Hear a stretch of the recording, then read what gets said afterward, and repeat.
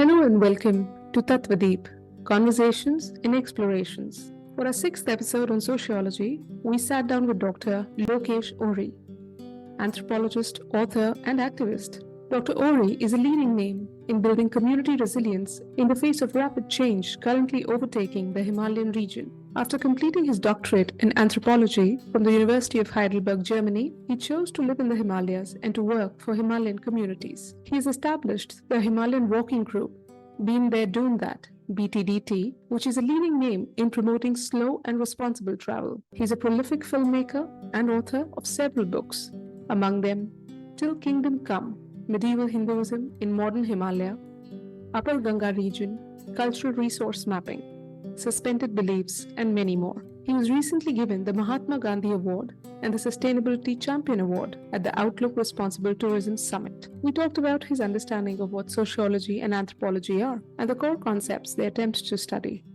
his approach to his discipline, what is culture, the importance of keeping an open mind, the meaning and importance of myths, about social identity, the purpose of ritual and its connection to one's identity, who we are and what the world is about. We hope this conversation can help the listeners see the tattva, or the true essence of sociology, and its ability to help us understand the meaning and purpose of society, and our own role and responsibilities to make it better.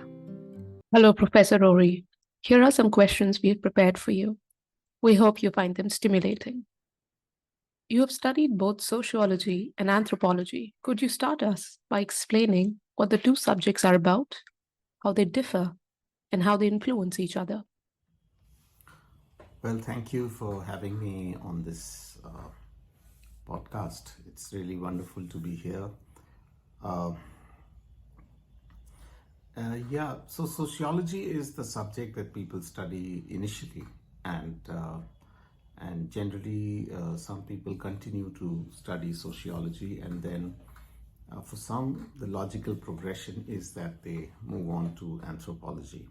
So sociology is probably the more generalized idea of human societies and how human societies function, how they react to situations, and what is human behavior. So sociology is based on more generalized theoretical frameworks, whereas anthropology deals with specific social groups, specific communities, and the anthropologist looks at these communities very, very deeply, very carefully, having a good understanding of the historical background, developing an understanding of the language, trying to blend into the culture as such. So in anthropology, we write what we describe as ethnographies. Ethnographies are really long and deep dive interviews of people from a particular social group, which lead to certain kind of inferences, to certain kind of results. And anthropology is more specific in its scope as compared to sociology, which is more generalized as a study of society, as a study of social behavior. Now, ever since humans have appeared on Earth, they have made changes to the Earth, and some of their actions have had ramifications in terms of what we see today as climate change or global warming, globalization, stuff like that. So anthropology helps us to study all these ideas and the idea of modernity, about how the world is changing, and whether there are these concepts and ideas like modernity and globalization through the crucible of looking at communities, looking at social groups that may be remote, that may be isolated, that may have evolved in a certain manner which other communities would not have evolved. And this makes the subject of anthropology very interesting, because you um, get to look at a particular community and try and understand their social behavior and their way of looking at the world, something that we describe as a cosmology. So yeah, I think sociology is a little generalized in its scope, whereas anthropology gets a little more specific when it looks at communities and social groups, where the anthropologist kind of blends into the culture and tries to develop an understanding of it. According to you, what are the core concepts or ideas that sociology and anthropology have been attempting to study since their origin? So I would say that the core concept or the idea that both subjects are looking at is social behavior, and the manner in which people living in groups react to certain things. As far as I'm concerned, uh, my uh, my field of expertise has been rituals and ritual studies. So I've been trying to find meaning in rituals. For instance, in a more generalized manner of looking at it, people would say that rituals are repetitive, meaningless things, or that they have a religious, they have a religious tilt towards them. They are done because of certain religious reasons. But as an anthropologist, I can tell you that rituals abound. They are present everywhere in all walks of life. They have, of course, they have religious meaning, but they also have economic ramifications. They have political ramifications. So the core concept, if you would ask me about of anthropology, the core concept would be that people live in social groups, and these social groups react to environmental changes, social changes, political changes in certain ways. And these are the changes that we need to study. We need to understand what's happening around us.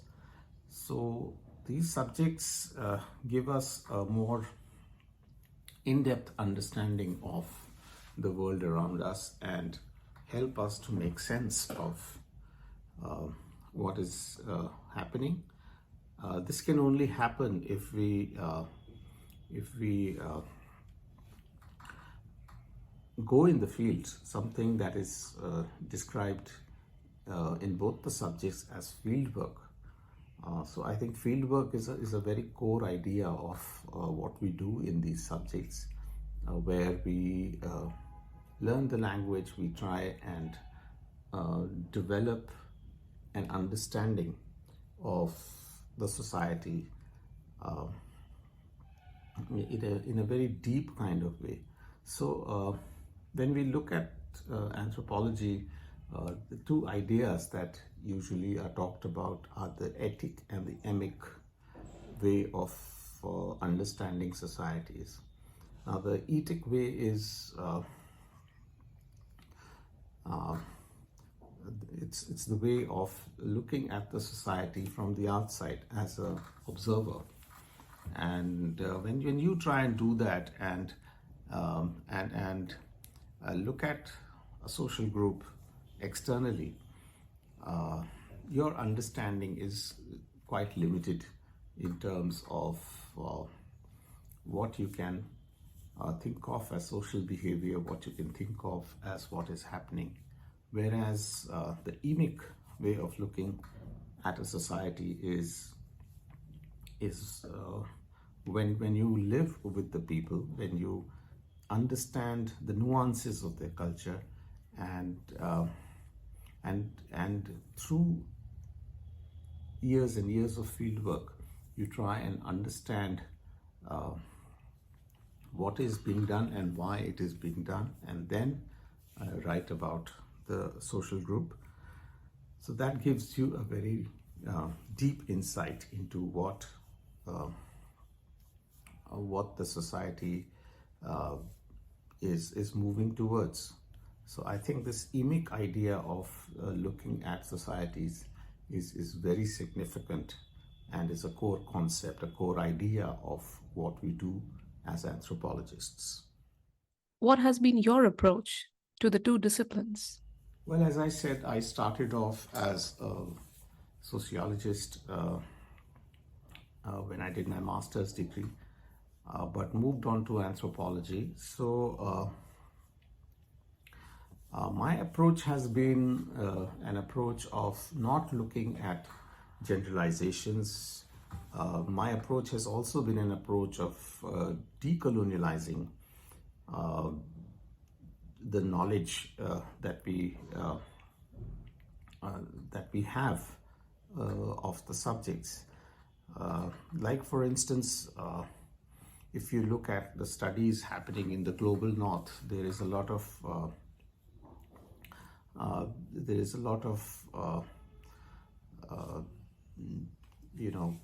talk about human agency, that only humans are capable of being agents, or capable of being people who can make a difference to social life, or people who can bring about change in terms of societies. And so this Western or Eurocentric idea of human agency, or the idea of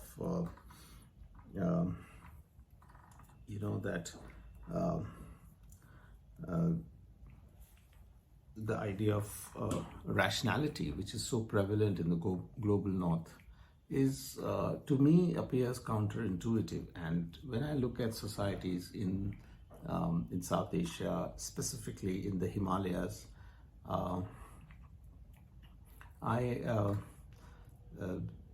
the approach has been to decolonialize this knowledge, to look at it from the perspective of the people, and to try and understand alternative cosmologies, to try and understand another way of looking at the world, which is quite common and prevalent in indigenous societies, which have not been affected to that great an extent by the Western models of education.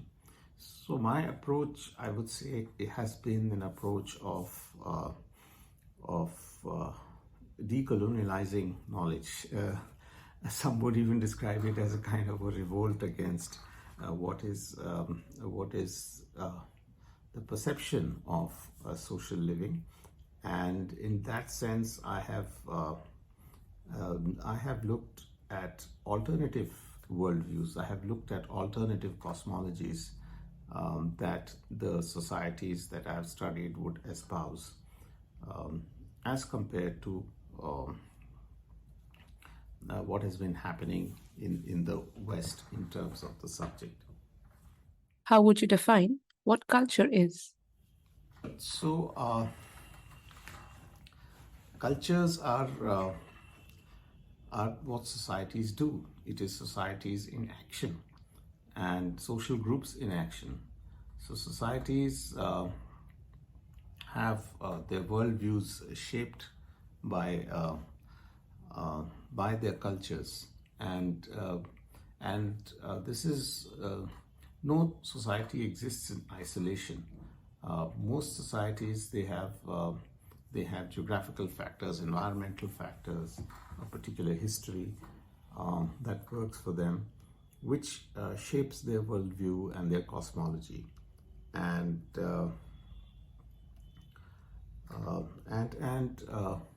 so this entire procession of ideas that is part of their history, that is part of their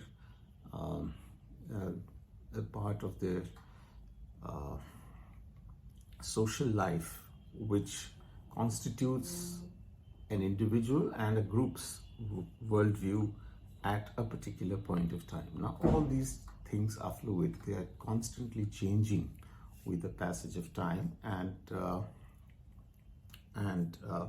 that is what actually represents a culture. So it is our culture which makes us react to certain things. Like, for instance, to give you an example, a lot of the people would in India today are looking at the idea of homogeneity, that and they are trying to project the idea that diversity was never a part of the idea of India, and that the people who framed our constitution borrowed this idea from the West and made it a part of the constitution of India.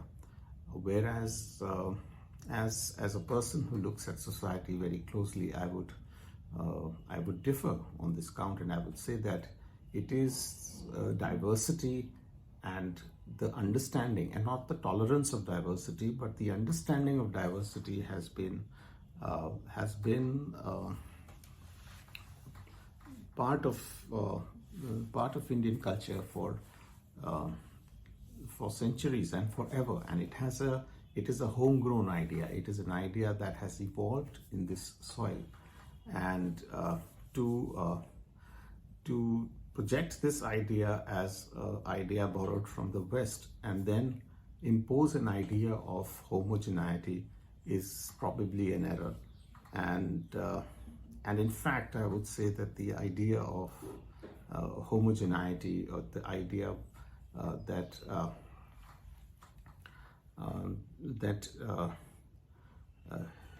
creates a chasm in society and makes us move away from diversity, is the borrowed idea. It is the idea which has been taken from other cultures, and in this manner,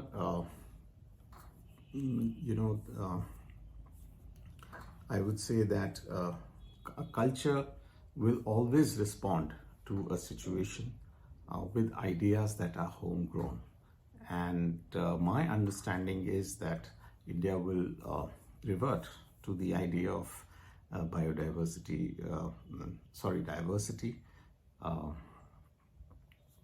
quite quickly.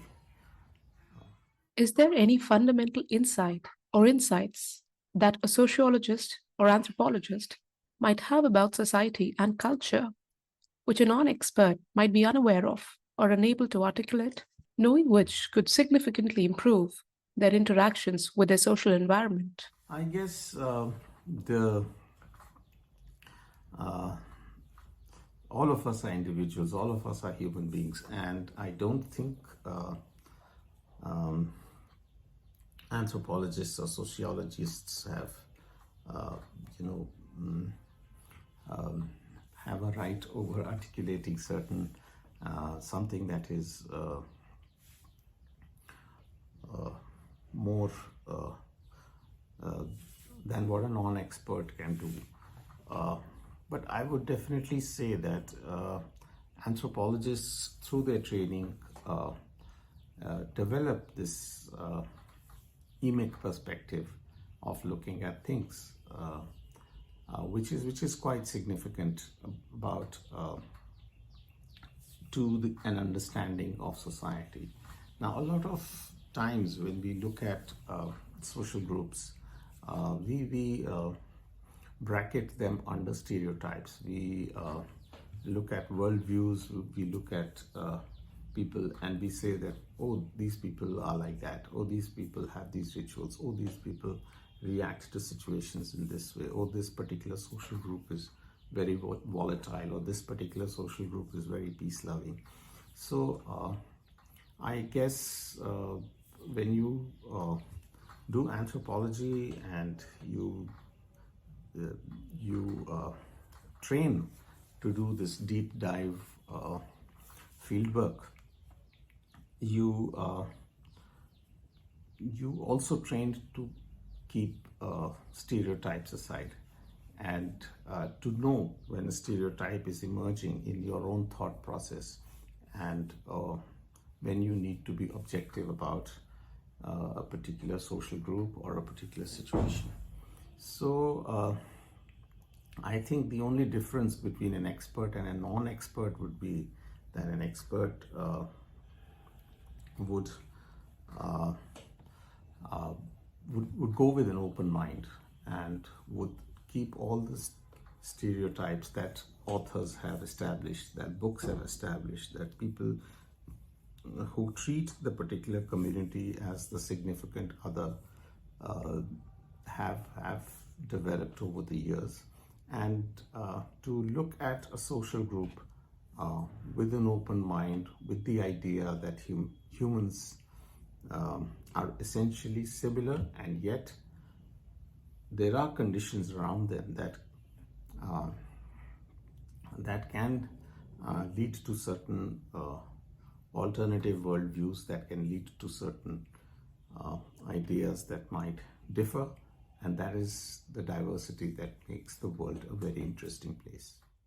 Late American writer and professor Mr. Joseph Campbell once said, quote, "Every myth is psychologically symbolic. Its narratives and images are to be read, therefore, not literally, but as metaphors. As your interest in myths is also deep, can you help us understand what a myth is and what it has come to mean to you, and how, when read as metaphors, myths can help us psychologically as individuals and as societies?" Yeah, myths are very significant. Myth making is what societies do, and myths are a reflection of what our worldview is. They are a reflection of the cosmology that we believe in, or the cosmology that we understand helps run society or helps run the world. So. This whole process of myth making and the understanding of myths becomes quite interesting when you look at places where there is an intersection of cultures, where two cultures meet each other. For instance, I'm reminded of this fascinating story about Captain Cook, who was a great British explorer, who happened to arrive at the Hawaii Islands in the 1720s, in the late 1720s. At that point in time, Hawaii Islands were very little known, and people were not aware about what was happening on these islands. But when Captain Cook and his two ships arrived at the island, the islanders, influenced by their own myths and their own worldviews, thought that these white men who had landed on their shores were actually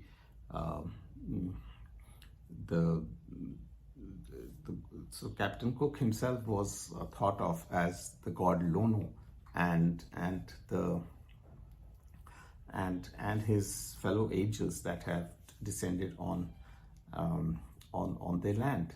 So they were given a grand welcome. They were treated royally. They were fed, and they lived for quite some time on the island as as very special people, treated very well, treated very wonderfully, so they stayed there for about a month, and then they left. The islanders of Hawaii treated them in the firm belief that they were celestials and they were not humans who had come to their island. So the people in Hawaii were looking at the British contingent from the lens of their own myths. But it so happened that Captain Cook, decided to make another trip to Hawaii, and this time they were again welcomed, but they stayed for a little longer, broke a lot of taboos. One of the people in the crew died in the island, which which sowed the seeds of doubt in the minds of the people of Hawaii that these were indeed mortals and they were not celestials, and that because they were breaking the taboos, they had to be suspected. So Captain Cook and his contingent left the Hawaii Islands a little puzzled. They did not understand why this sudden change of behavior amongst the Hawaii Islanders, and why they were not being treated as the deities that they were treated earlier. As luck would have it, Captain Cook was caught in a huge storm the moment they left the Hawaii Islands, and the high mast of their ship was completely torn in the stormy seas, and because of which they decided to head back to Hawaii.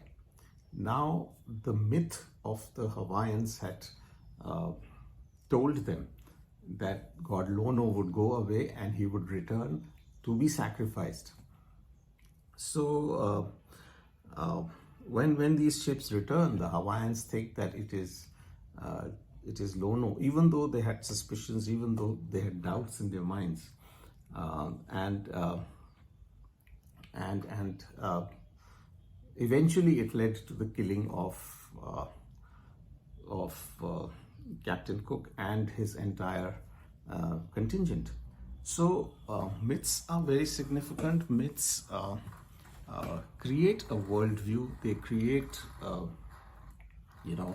an idea of how the world functions, which we describe as a cosmology, and these ideas are significant because they vary with different cultures.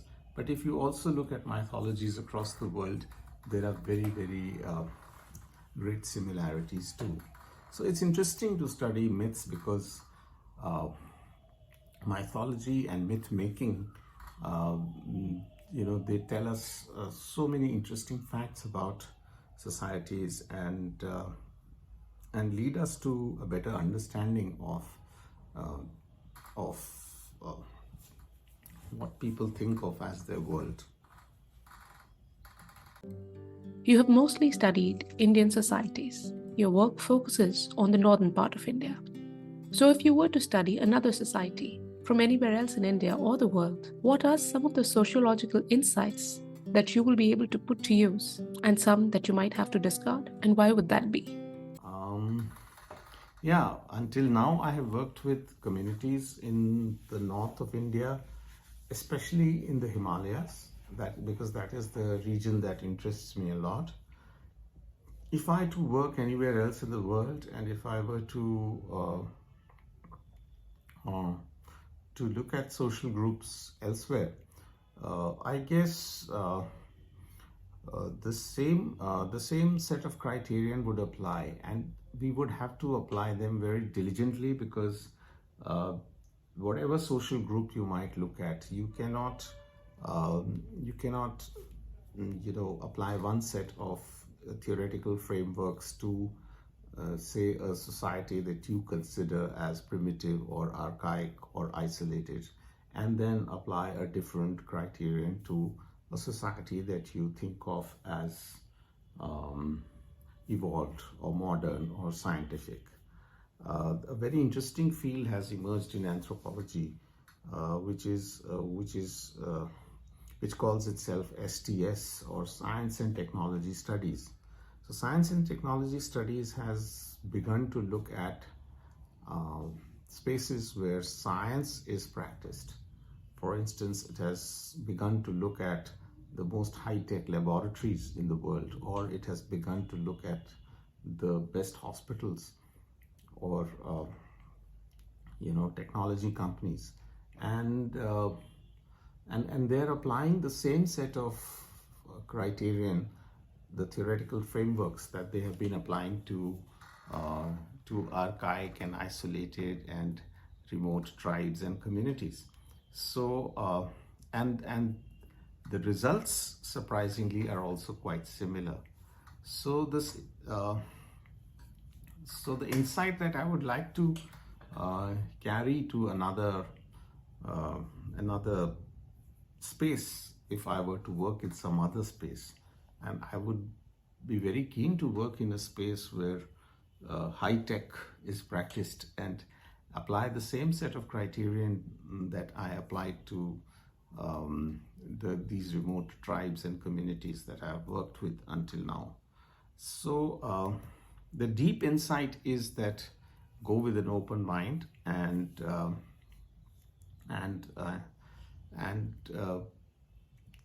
not discard anything really, but be very steadfast in the theoretical frameworks that you believe work for archaic communities, will also work in order to help you explain what is happening in places which are relatively modern and scientifically advanced.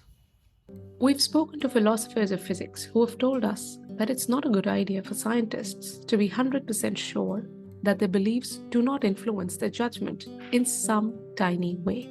As a sociologist, have you been able to develop a toolkit which allows you to observe and study a society without coloring your observation with your sensibilities? A defense of some sort against what can be defined by the phrase, what we want and do not want to be true.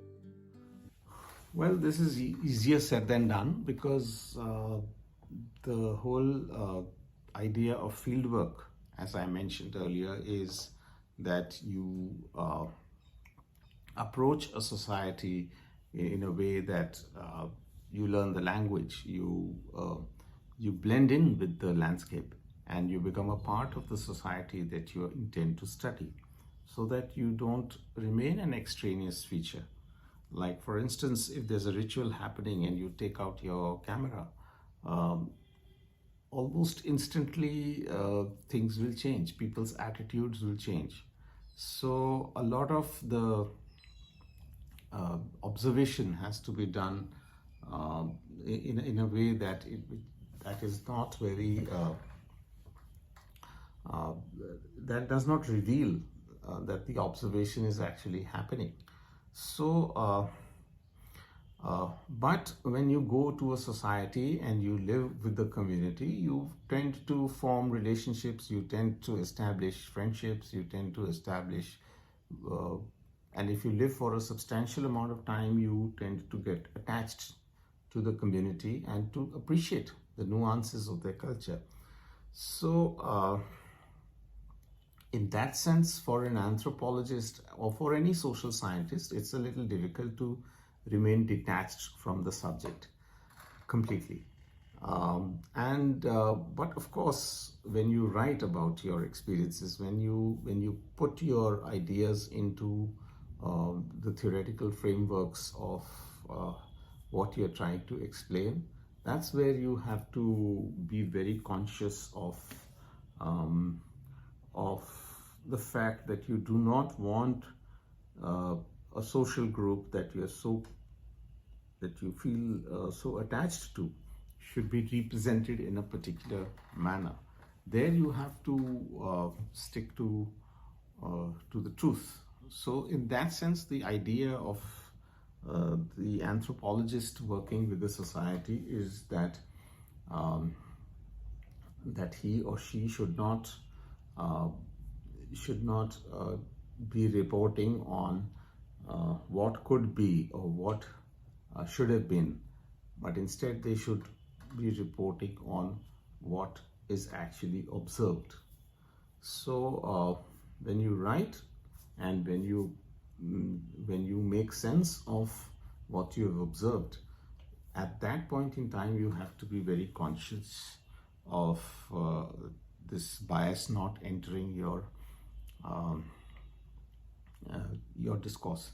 But otherwise, I think when you live with the community for a substantial amount of time, those attachments are inevitable, and I think in a way they help you to make sense of their worldview and understand it more deeply. Would you say that your background in sociology has helped you hone an inner tool of, say, appreciation or tolerance or any other? Well, appreciation, yes. I would not term it as tolerance, but I think yes, understanding that there can be alternative worldviews, that there can be alternative cosmologies that coexist with the way in which we think our world works. So I think the practice of fieldwork, I think the practice of living with communities and trying and understanding what they do in terms of ritual, in terms of what their embodied uh, practices are, why they do what they do, has I think it has widened my perspectives in terms of looking at societies, social groups, and helped me to look a little more deeply uh, into the meaning of what is actually you know happening. So in that sense, I would say that uh, it has helped to sharpen my sense of observation and sense of appreciation uh, for for activities that other people might think of as blind superstition or blind faith. Um, so I think that is the work of an anthropologist, and uh, the subject has trained me to do things like that. What has sociology been able to tell you about who we are and what our world is about? Sociology has been able to tell me that our world uh, is is uh, is a very complex world, that we live in multiple multiplicities. There is uh, and every social group and every individual is finding their own way uh, towards uh, towards a certain goal and towards a certain objective. So sociology and anthropology tells us that our world is a world of multiplicities. It's a world of very complicated entanglements with human and non-human agents, and it also tells us that in certain ways we are not doing the right things, the things that we should be doing if we want the human race to survive much longer, and if we want humanity to progress on the right path. So we are, despite our scientific advances, despite our progress, we are moving towards the sixth mass extinction, and through our actions, through our greed, we are accelerating these processes. So anthropology tells us a lot about this world. It helps us to develop a kind of understanding of who we are, uh, and where we've come from, and uh, how within our rationality and scientific progress is uh, is wrapped this whole uh, this stupidity of economic greed, which leads us uh, to an undesirable you know result of what we are going to be in the near future. So it's not a very not a very happy picture there. How has your work and study influenced your worldview? So yeah, as I was saying that. my worldview has been influenced through the work that I've done until now, in a sense that I've been able to appreciate that there are different ways of understanding and making sense of this world. There are alternate cosmologies that are at work, and there is no one single path to modernity. There are communities, there are social groups, there are people who are finding their own path towards progress, towards a better understanding of the world, and I think my involvement with the subject has helped me to appreciate the huge diversity of opinion that exists on this planet. Those were all the questions we had for you, Professor Ohri. We'd like to thank you once again for sharing your time and insights on Tattvadeep. We send you our best wishes. Thank you very much. It was a pleasure talking to you. My conversation with Dr. Ohri reinforced the importance of myths as they lead and guide individuals and civilizations, and how our interpretation of the myths we love and live by determine how we see ourselves, others, and the world at large. It will be wonderful to know your thoughts on the conversation and if it inspired your worldview in any way. Thanks for being here. I will see you soon with another interesting mind demystifying another interesting subject. Until then, take care.